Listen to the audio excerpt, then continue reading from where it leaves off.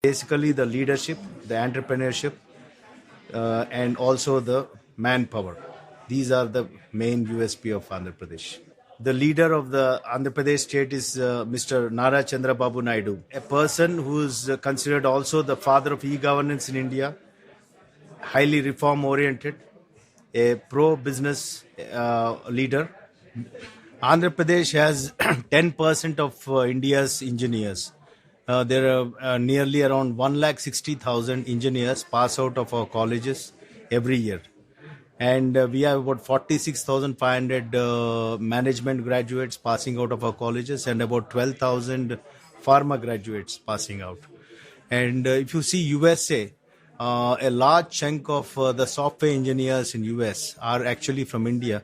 And from there, again, a large chunk are actually from Andhra Pradesh, including Mr. Satya Nadella, who is the CEO of Microsoft. So we have a very high educated, talented manpower. Now we are focusing on skilling them for the needs of the industry.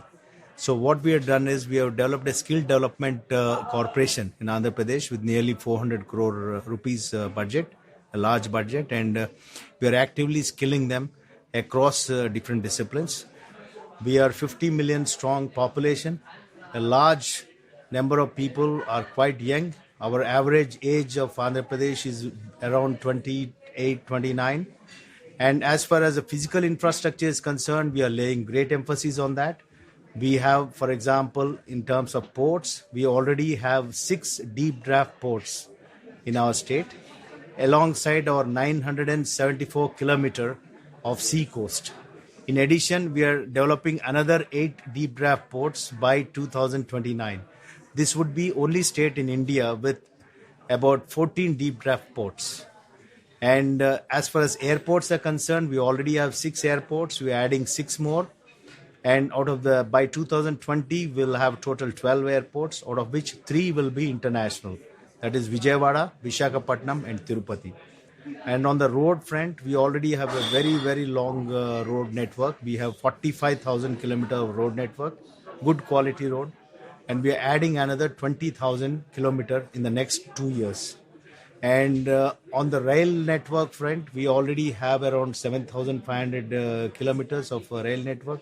We are adding close to 2,500, including high-speed trains from to the new capital, Amravati, coming from Bangalore, from Chennai, from Visakhapatnam, and from Hyderabad. So these trains will cut across the state. In other words, the entire state would be connected with high-speed train connectivity. We also have an inland waterway connectivity of 888 kilometers, which we hope to use for both passenger and river and also for cargo navigation. Where the World Bank has commissioned the study of ease of doing business across different countries in the world. And for the first time last year, they have started a similar exercise in India as well for different states. And in 2016, I'm happy to state that Andhra Pradesh is ranked number 1 in India in ease of doing business. In fact, we have several pro-business initiatives in our state. All approvals are given online through a single desk portal in a matter of 21 days. And there's no need to go from department to department for any kind of approval. You can sit at the comfort of your home and get your approvals.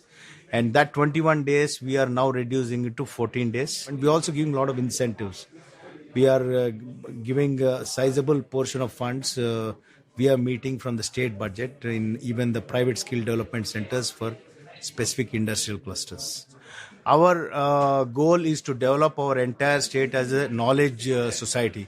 In fact, the new capital city we are building, Amravati, it is a 55,000 acre city, one of the most beautiful greenfield capital cities we are building, completely blue-green.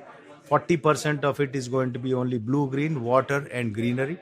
And all latest technologies we're using, including smart energy, smart waste disposal, and seamless transportation and various other types of technologies. In the new city, we want to make it entire thing a knowledge hub.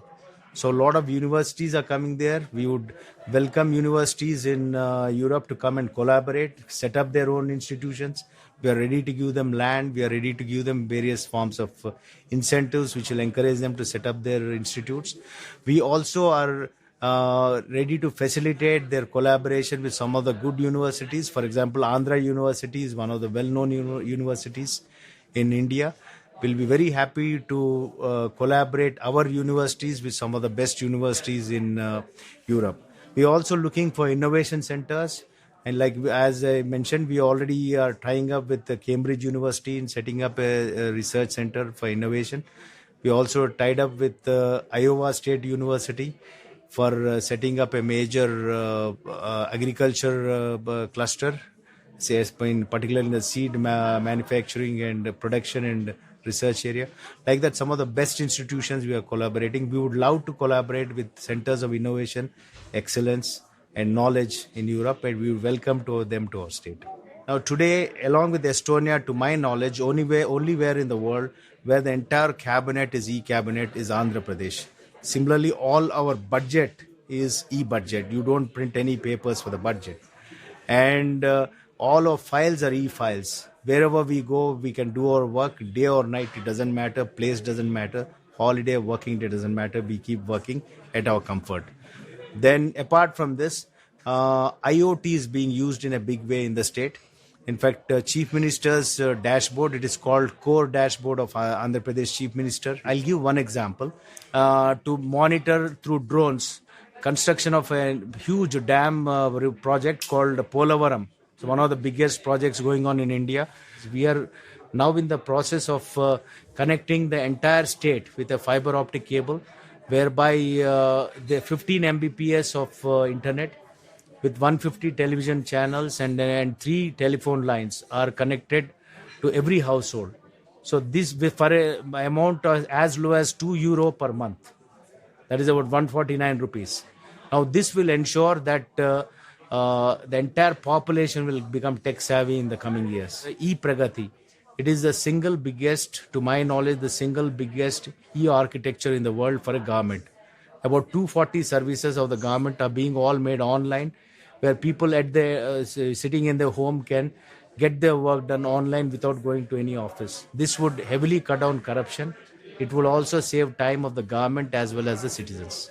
We are adding a large amount of power further through particularly green technology, that is 18,000 megawatts through wind and solar, plus various other forms of energy we are adding. We have identified a few key sectors. These include automobiles and auto components, aerospace and defense, energy, tourism, electronics, IT and BPM, health services, leather, textiles, minerals and mining, biotechnology, pharmaceuticals, and various other important sectors we have identified, which we actively are promoting through some of the best-in-class incentives available in India.